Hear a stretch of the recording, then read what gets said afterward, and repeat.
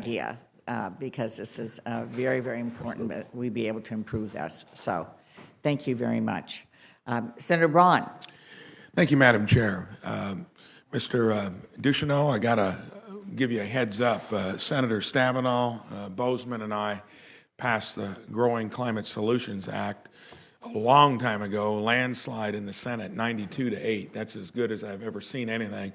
Got held up in the House. It did go through.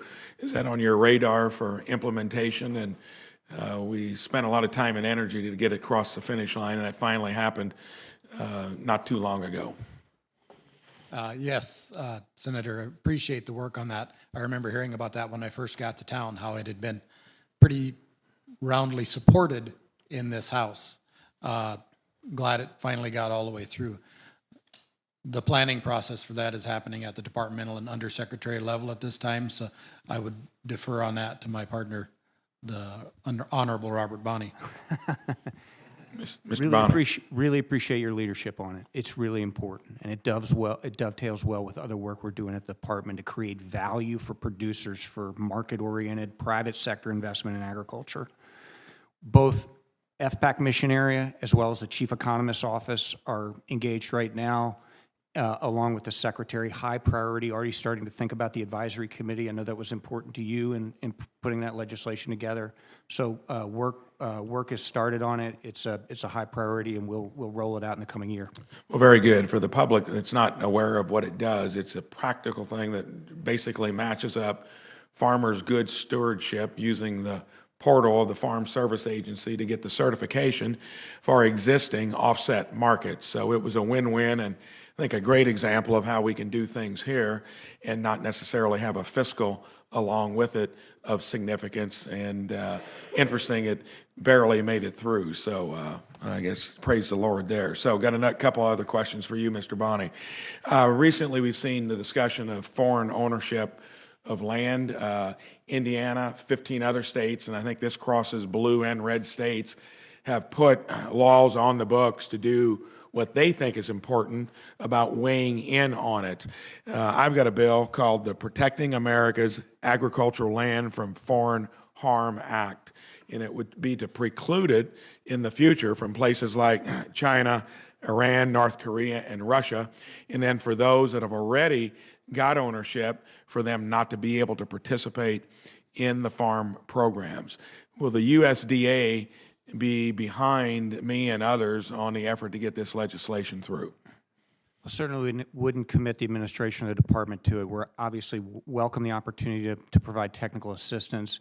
I will say there was an earlier conversation I'm not sure you were here for about the resources that we need to be able to track this through AFIDA. You're a forest owner. I'm a forest owner. You know, there's 40 million acres in the U.S. that have ties to foreign ownership. About half of that is forest land, and as we know, a lot of that investment is from European countries that are investing in TMOs and REITs, and so, you know, a note of caution, we need to make sure we think about those issues as well. Yeah, and I think there it would be to have a differentiation from business owners and partners that aren't in the same category as some of the places I mentioned. You know, when I travel, I'm one of the few still, to the extent you can be involved. I think Senator Tester actually drives a tractor in his spare time. I do, but I'm not putting a crop in the ground, but both tree farming and the row crop side of it. For the folks out there that are producing corn, soybean, grains, that has become a high altitude business. I've never seen a business where when revenues go up, just mysteriously inputs seem to go right up with them and squeeze out whatever percentage profit should be there, to where sometimes it's even hard to scratch an absolute profit out of the picture. The one thing, they're again good stewards, and they want to make sure that they're never going to have the safety net program that they depend on, which is a small part of the money that we spend on the farm bill, tied directly to having to be forced into conservation practices, which they do voluntarily. And just the reference I made earlier, they're doing that, and now we maybe can get some help with the offset markets. Where are you going to be on making sure that never gets connected to where you're going to get this only if you do that? Our approach to climate and conservation more broadly is going to be voluntary, incentive-based, collaborative. We look for opportunities to work with producers. That's going to cut across everything we do. We think if it doesn't work for agriculture and forestry, it's not going to work for the environment.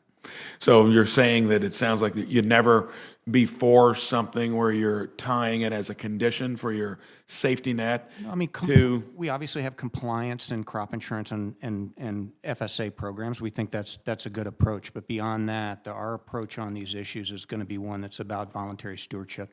Thank you. Thank you very much. I do know that there's a vote going on. I'm going to turn to Senator Hoeven, and then if Senator Welch is back with us,